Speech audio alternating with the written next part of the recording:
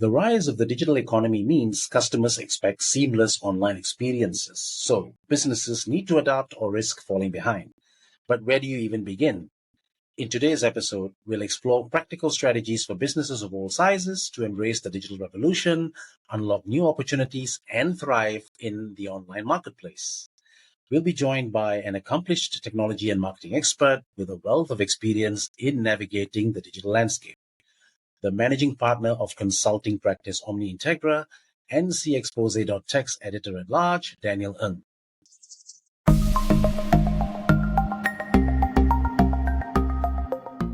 Welcome to the show. Thank you, Kumaran. How are you? I'm good. Thank you. Thanks for taking the time to join us today. Pleasure. Maybe we could kick things off with a brief introduction of yourself and your role at Omni-Integra. Brief is going to be an interesting word. I have spent 40 years of my life in the IT industry, starting off as a software engineer. Malaysian by bone, Singaporean by skin, if you know what I mean.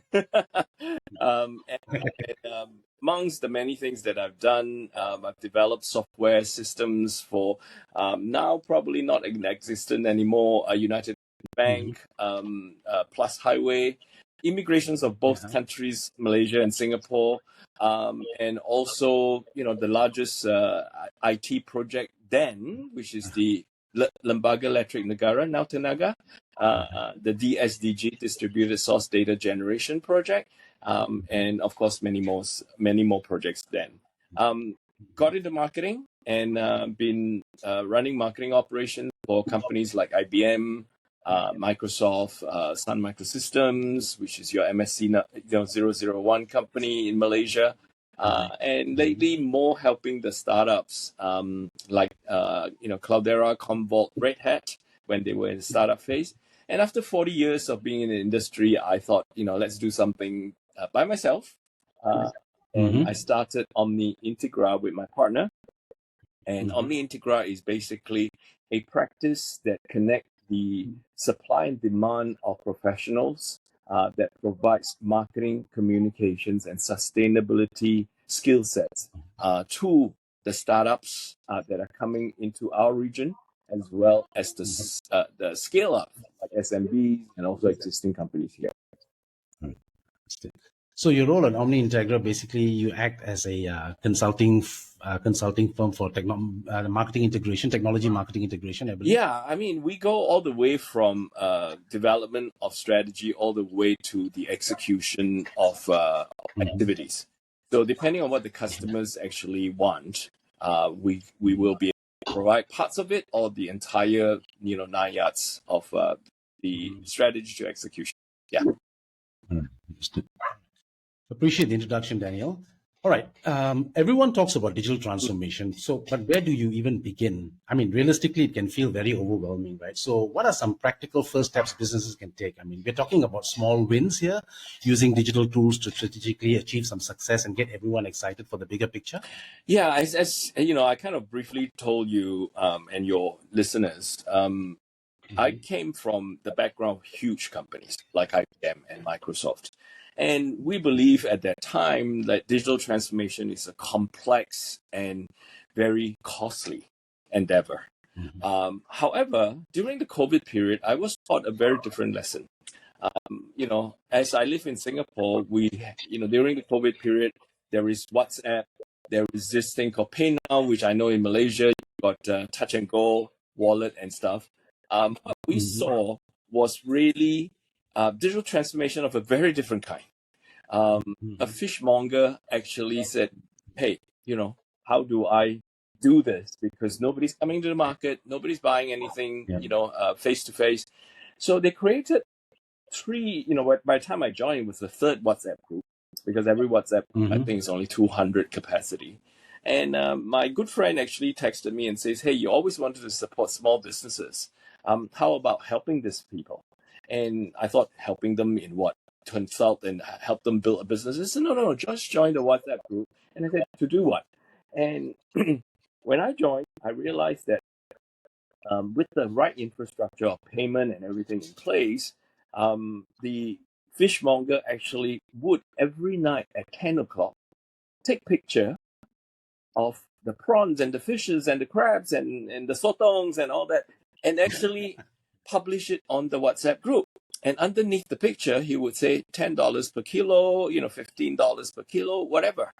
And you would say, okay, I'd like 2 kilograms of prawns and stuff like that. And then he will private DM you and say, okay, that would be $65 or something like that. And the question will be, would you like it cleaned or would you like it as it is? Would you like to package it and all that? And I said, please help me clean it. And, I would like to package it. And why am I telling you this story? Of course, at the end of the day, he delivered, and there was like no contact delivery, and he put the really clean styrofoam box with ice, layer of ice, and you could literally throw the different, products that you bought into the fridge. Why is this story important? That is digital transformation, right? It's taking the business that you have today, and in this case, unfortunately, due to the pandemic, people were pushed in that direction without giving it much consideration, except for the livelihood of the family and the business. And they came up with great ideas, like using WhatsApp to build the target audience, and then using Pay Now, or in Malaysia's case, the touch and go wallet and all that to pay. And it is all back to human nature of trusting.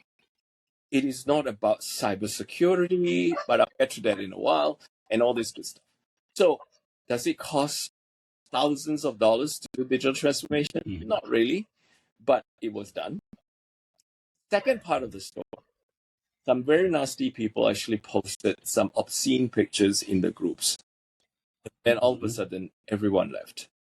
So, really, lessons learned from here is digital transformation starts off with a great idea.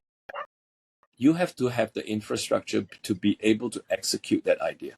In this case, using WhatsApp. In this case, using Pay Now or Touch and Go wallet. Then from there, you really have to do what you have done best in the life of selling things, face to face, to transforming it into relatable content that people could consume over the internet. In this case, WhatsApp. And, but that's the bad end of the story is without cybersecurity, you are also open to a lot of threats, right? So digital transformation, you have to look at ideas, you have to look at infrastructure, you have to look at, of course, the safety of the people who you're dealing with from a digital perspective. And also, very importantly, do you have the skill set to be able to maintain your new digital entrepreneurship or business moving forward? So that's my kind of, in a summary way, what digital transformation is. Of course, it now can reach bigger audiences.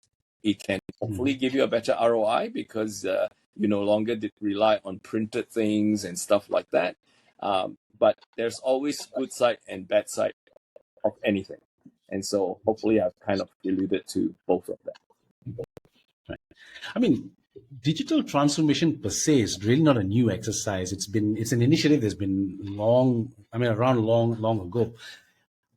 It's just that the last 3 years or so kind of accelerated it because of, obviously because of the health crisis we had and all that, and all that. It kind of accelerated the whole thing. So now that the acceleration has reached another level altogether, beyond this point, I think it's only going to get faster. I don't see it slowing down in any way, I believe. Yes. Well, during the pandemic time, we said, we put a quiz up and say, what's the C word that actually accelerate digital transformation? Anyone said, is it the CIO? Is it the CEO? No, it's COVID.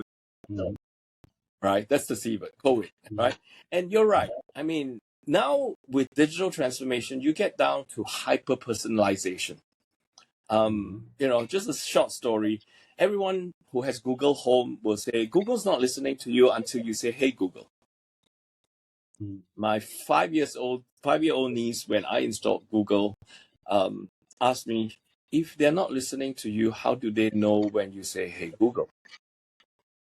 And then you kind of put two and two together and says, every time I discuss about aircon, servicing, why are there aircon ads appearing in my Facebook?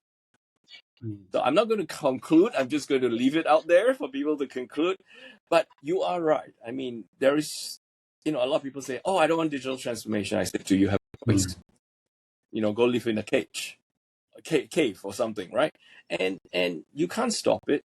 And the only way to look at it is to embrace it and to see how you could, augment that whole technology into your lifestyle.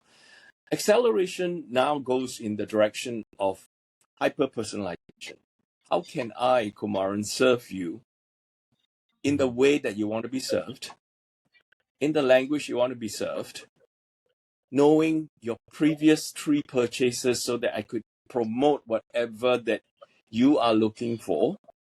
And so it now has taken a very, very different turn, and most people call it artificial intelligence, right? So yes, it is some sort by connecting all the data that we have of you in the past. We know that you like a certain kind of food. We know you like to travel to a certain kind of country, live in a certain kind of hotel, and therefore the recommendation that comes through to you is actually very personalized to the choices and the behavior that you have in the past. So this is going to go further. And to take it even one step further, digital transformation is also here to help a lot of people with healthcare, with government, citizen, rakyat services, right?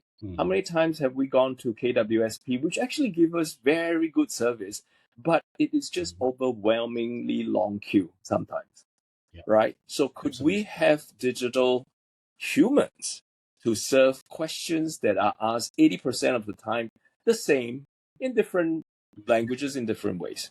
So I was, in a group discussion, last week, in fact, this week, sorry, in KL, and we were talking about how this could be expedited, right? And digital human is really the personification of AI that's going to come on board in healthcare, keeping old folks company in old folks' home that you can talk to and be able to reply to you in a manner that sounds like a human, but it is a digital human, so that we free the nurses in, Nurse Crunch Singapore, for example, to do the work they were hired to do, which is looking after the patient, right? So there's many iterations and all that, and you use the word accelerated, I use the word explode.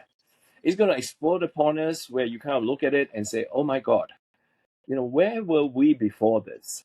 And again, on the good side, the bad side, last statement, many people ask me, how can I keep my job when somebody is doing content development using ChatGPT, right? If they're a content developer. And my crude answer is, I don't think technology is here to protect your job. Technology is here to save lives, is to progress what you're doing. And the only thing, as I say, AI of the future should be augmented intelligence, not artificial intelligence, because it has to coexist between artificial and real intelligence. Yeah. Understood. Right. That's interesting. I mean, okay, technology is important, right? But it's the people who make it work. So when businesses tend to transform digitally, how can they effectively bring their employees along for the ride? I mean, we are talking about employee buy-in, like fostering a growth mindset, keeping everyone excited about the journey. So maybe you could share some tips for managing the human side of this digital journey. Well, I speak to people much smarter than me on this question all the time. And firstly, it is not about technology, it's not about human beings, about the job that they're doing today, whether it be replaced or they're going to lose their job and so forth. It's about a mindset. I think a mindset is important to firstly recognize that whether you like it or not is coming. And secondly, a mindset that says, how could I collaborate and augment what the technology could do into what I'm doing today, and be able to leverage that so that I am free of doing mundane, repetitive work and be able do the things that I possibly, like nurses, hired to do, look after human beings, patients. Whereas, I have got this, indication that 50% of the nurses' work today is filling up forms. Is that what they were hired to do? No. Right? When we have a digital nurse, does that mean that the nurses are going to be fired? No. Right? So they will be spending time doing what they were hired for. Bank tellers. Everyone was so afraid when the ATM appeared. Oh my God, nobody's going to come to the bank and withdraw money. You guys must have been to the bank lately. The tellers are still there, right? And now this another wave is like, oh, will the digital human replace us? So my advice really is, for people who are afraid of their job being replaced, is to open up your mind, not to fear for fear itself, because there's no answer to that, but find out what you are afraid of, embrace it, see how it could augment your role. And for management looking at it, it has to be this word I have not used for a long time, turnkey kind of approach. Yeah. Right? Now I'm old by Yeah, it's been a while since I heard the phrase turnkey. It used to be turnkey solutions, turnkey this, turnkey that. Yeah. right? A turnkey thing where you have to slowly ease it in.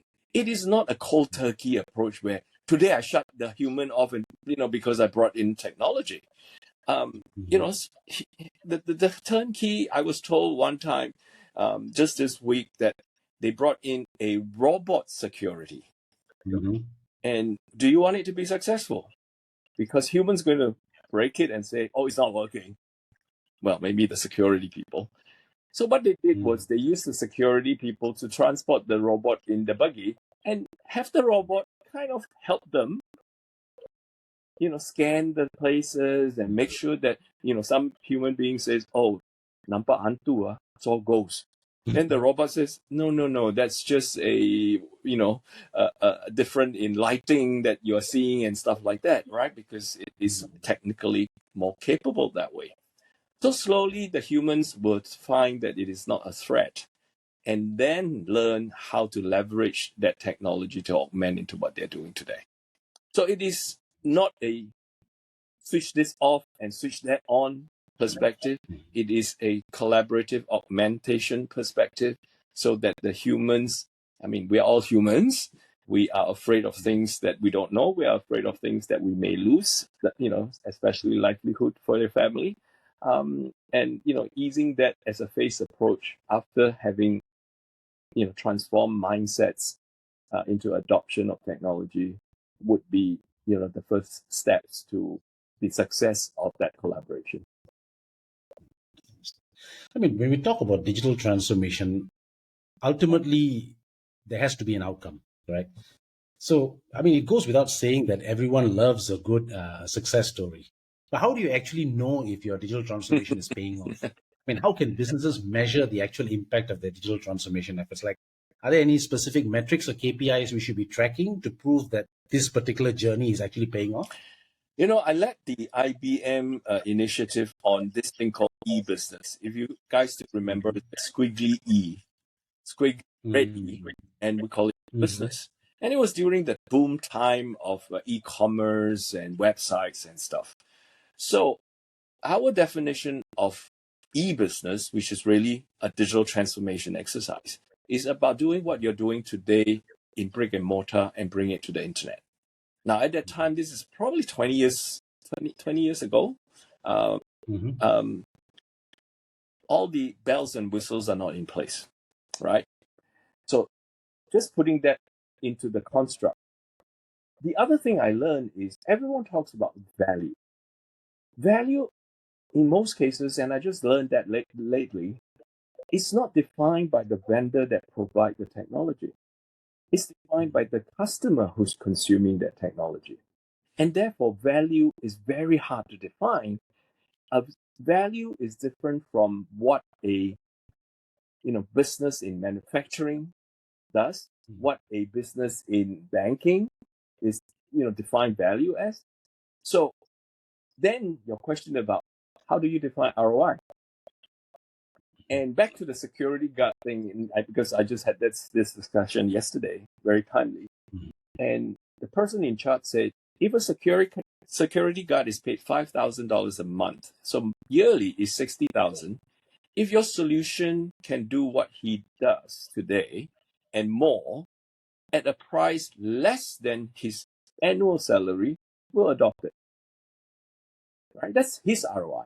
Now, when you go to a bank and it goes like, oh, the teller salary is probably lower than that. So unless your product is lower priced than a salary of a teller for a year, we won't adopt it.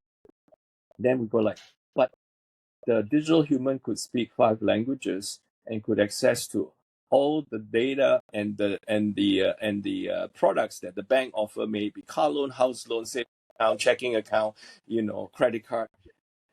How do you measure that?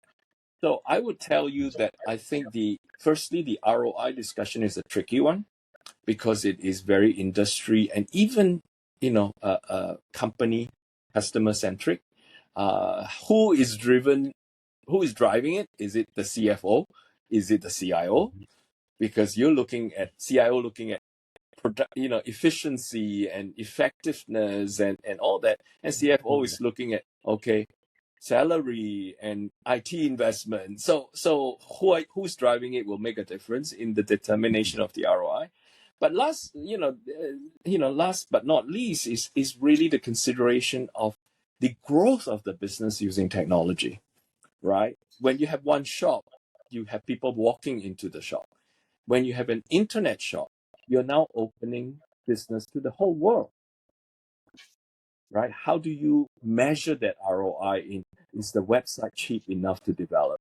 Well, I don't know. Is the e-commerce engine there secure enough that my customers won't get cheated? So I know I'm not really answering the question by giving the basis of why it becomes so hard. And I think ROI needs to be determined by the customer, and recognize the value from a customer point of view. And then you work out whether that technology is going to help you expand or preserve what you have today, or even make it harder for people to engage. So I suppose in this instance, when it comes to measuring KPIs and ROIs, metrics and stuff like that, there's no one size fits all. I think it has to be customized or tailored based on specific industries, specific types of businesses. Am I correct? Yeah, I think one thing for sure, internet business has gone away from, when it first started, it was how many eyeballs have watched your video. But the question is not eyeballs. It's not views. Even if you go to LinkedIn today, they will say, oh, your article has been viewed 160,000 times. But if you didn't sell anything from that article, then what's your I? What's your R from that I, really? Right? So again, what are you looking at? I mean, will LinkedIn pronounce that you have been successful because your article had been viewed 160,000 times? Yeah, because that's their KPI of driving traffic. But then you said, well, it didn't drive any sale, or our 160,000 views, only 3 people bought something from me. And to you, it's not necessarily a success, right? So it is, again, back to how you measure it, and the determination of it has to take into the construct of very, very informed, data-driven, background and also successes in the past.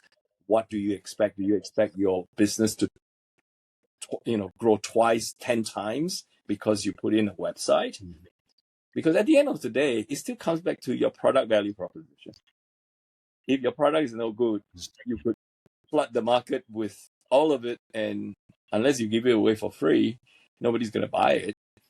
Even if you give it away for free, they may find you and throw it back at you, and that is not a good ROI. And marketing, and then different departments, right? Sales would measure it on revenue, marketing would measure it on conversion and coverage and number of contacts. So again, even with the same company in the same industry, within the different departments of the company, you're going to have a different matrix of measurement. All right, that's great stuff, Daniel. I mean, so To wrap up this episode, right, one thing remains clear. I mean, the future belongs to those who seize the opportunities of the digital age. I mean, there will be challenges along the way, but I suppose with the right strategies and commitment to continuous learning, businesses can thrive. Thank you very much for all the great insights, Daniel. Hey, thank Great you very conversation much, we had. Kumaran. Thank you very much. And well, hopefully your listeners will agree with you that they are great insights. Sure, sure. I look forward to whatever responses that we get. Okay, thank you. Thank you so much. Thank you all for watching. Please check out cxpose.tech on LinkedIn, YouTube, Instagram, and our website, cxpose.tech. The links are in the description. I'll see you again in our next episode with more tech and more talk.